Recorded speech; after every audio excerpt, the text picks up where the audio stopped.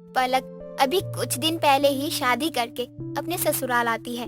उसको पकोड़े खाना बहुत ही पसंद था, लेकिन बात जब बनने की हो तो पकोड़े की जगह उसका मुंह ही बन जाता है। ऐसे ही एक शाम सभी बैठकर चाय पी रहे होते हैं कि तभी पलक का ससुर मिथिलेश बोलता है, आज मौसम बहुत अच्छा है।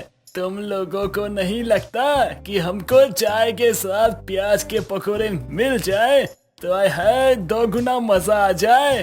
हाँ पापा सही कह रहे हैं आप, प्याज के पकोड़े का तो कोई जवाब ही नहीं।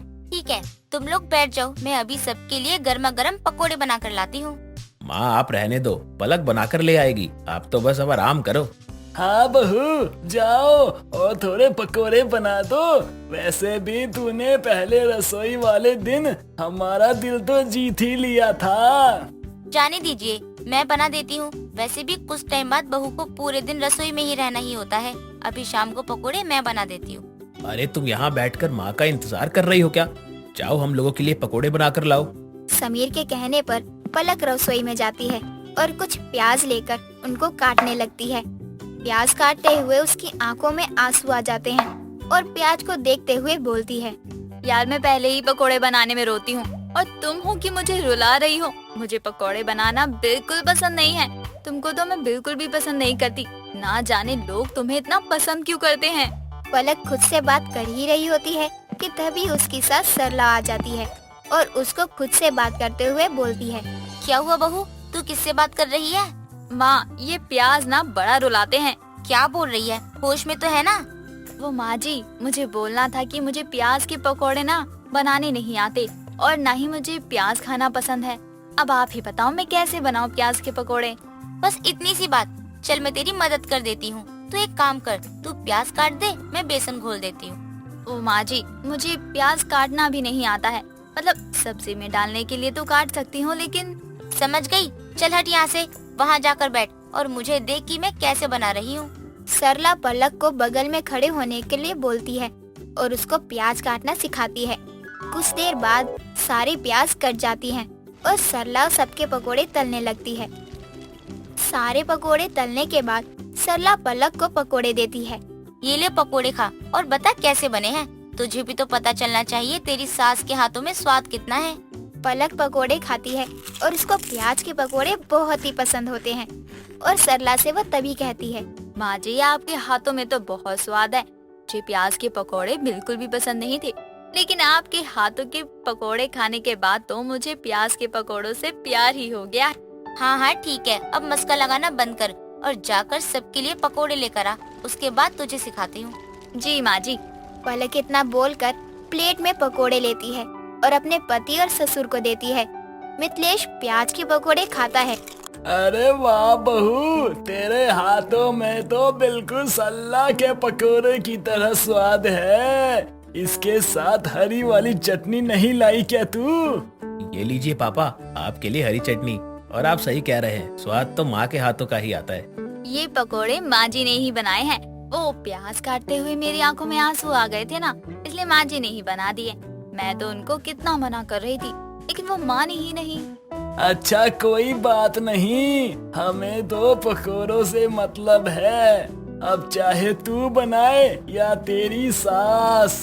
पलक मिथिलेश की बातों का कोई जवाब नहीं देती और रसोई में जाकर सरला से पकोड़े बनाना सीखती है, लेकिन उसका ध्यान पकोड़े खाने पर ज्यादा और सीखने पर कम रहता था। ऐसे ही दिन गुजरते हैं और पलक को रोज रोज प्याज के पकोड़े खाने की आदत लग जाती है। वो प्याज के पकोड़े बनाने की कोशिश करती है, लेकिन नाकाम ही रहती है। ऐसे ही एक दिन पलक घर का सारा काम खत्म करके सरला के पास जाती है। माँ जी, आज प्याज के पकोड़े खाने का बहुत मन कर रहा है, आप मेरे लिए बना दीजिए। बहू घड़ी देख और मुझे बता कि ये पकोड़े खाने का वक्त है। अगर तुझे भूख लग रही है तो खाना खा लेना। माँ जी, भूख तो प्याज के पकोड़ों की है। अब ये तभी मिटेगी ना जब आपके हाथ के गर्मा गर्म पकोड़े खाने को मिलेंगे। तू खुद बनाना क्यों नहीं सीखती है? तुझे उस दिन बताया तो था कि कैसे बनाते हैं, तो जा जाकर बना ले, मुझे परेशान मत कर। माँ जी, मुझे अभी तक प्याज ही काटना नहीं आया और आप मुझे पकोड़े बनाने के लिए कह रही हैं। और ऐसी बात तो है नहीं कि मैंने कोशिश नहीं की है। मैंने बनाने की कोशिश की है, लेकिन हर बार नाकामयाब रही हूँ। शाम को बना दूंगी, अभी परेशान मत कर। माँ जी अभी चलो ना, मैं तो आपकी बेटी जैसी हूँ ना। अगर मेरी जगह मेरी ननद होती तो क्या आप उनको बनाकर नहीं खिलाती? पलक के इतना जिद करने पर सरला उसके लिए पकोड़े बना देती है। इस बार पलक प्याज के पकोड़े बनाना सीख लेती है और कुछ देर बाद पकोड़े बनाकर तैयार होते हैं और पलक हरी चटनी के साथ स्वाद लेकर खाती है। ऐसे ही दिन गुजरता है और पलक हमेशा प्याज के पकोड़े बनाकर खाने लगती है। ऐसे ही एक दिन सरला की पड़ोसन विमला उसके घर आती है। सरला मुझे 2 प्याज दे दियो, घर में खत्म हो गई है। अच्छा रुक, लेकर आती हूँ, लेकिन 2 से ज्यादा नहीं दूंगी क्योंकि प्याज बहुत महंगे हो गए हैं। कोशिश करियो कि जल्दी दे दे। अरे तुझसे प्याज मांग रही हूँ, ना कि पैसे जो जल्दी दे दूँ।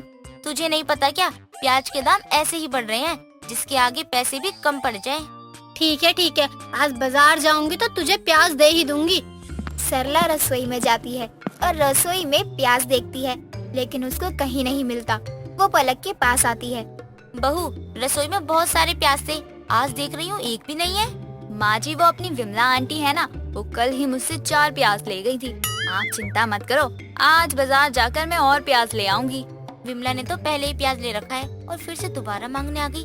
आज शाम को जब प्याज लेकर आएगी तो बोल दूंगी मेरे प्याज वापस कर दे मेरे को। सरला को पलक की बात पर भरोसा हो जाता है और वह उससे कोई जवाब और सवाल नहीं करती और विमला को प्याज के लिए मना कर देती है। विमला घर से चली जाती है। उसी दिन शाम को पलक बाजार से प्याज लेने जाती है और उसको पकोड़े की दुकान दिखाई देती है और खुद से कहती है, अरे वाह, प्याज के पकोड़े, पहले इसे खा लेती हूँ, उसके बाद जाकर प्याज खरीद लूंगी। वैसे भी मुझे कौन सा घर जाकर बर्तन धोने हैं, सारे काम तो आज माँ जी ही कर देंगी। पलक इतना बोलकर पकोड़े वाले के पास जाकर प्याज के पकोड़े खाने लगती है और कुछ देर बाद पैसे देकर वहाँ से प्याज लेने चली जाती है। पलक को बाजार से आने में लेट हो जाता है और सरला परेशान हो जाती है। कुछ देर पलक का इंतजार करती है और उसके बाद उसको ढूंढने के लिए जाने लगती है। रास्ते में जाते वक्त उसको विमला मिलती है और बोलती है, ए विमला, बाजार गई ना? चल मेरे प्याज वापस कर जल्दी से, जो मेरी बहू से लेकर आई थी तू। कौन से प्याज? और तेरी बहू ने मुझे प्याज कब दिए? तेरी बहू खुद तो भुक्कड़ है, बाजार में सब्जी लेने की जगह प्याज के पकौड़े ठूस रही है और तू मुझे बोल रही है चल हट, जाने दे मुझे, घर जाकर पार्टी के लिए खाना बनाना है। विमला सरला को साइड करके अपने घर चली जाती है। सरला को सब कुछ समझ आ जाता है और वह घर जाकर पलक का इंतजार करने लगती है। कुछ देर बाद पलक घर आती है और सरला बोलती है, बहू इतना टाइम कहाँ लग गया तुझे? और प्याज तो ले लिए ना तूने, अब तो खत्म नहीं होंगे ना?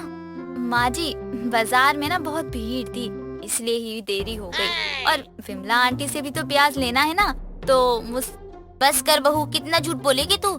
ना तो तुझसे विमला ने कोई प्याज लिए और ना ही बाजार में कोई भी भीड़ थी। तू प्याज के पकोड़े खा रही थी ना, विमला ने मुझे आकर सब बता दिया है। माँ जी वो चुप कर, तुझे अगर प्याज के पकोड़े खाना है तो खाना, इतने ज्यादा क्यों खा रही है?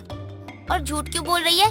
कल को अगर तू झूठ बोलेगी कि फलानी प्याज ले गई है और मैं उनसे अपने प्याज मांगने गई तो मेरी बेइज्जती हो जाएगी। माँ जी मुझे माफ कर दीजिए, मैं आपसे वादा करती हूँ कि अब से मैं प्याज को लेकर झूठ नहीं कहूँगी। पलक को अपनी गलती पर पछतावा होता है और वो अपनी सास से माफी मांगती है, पर वो पकोड़े खाना नहीं छोड़ती।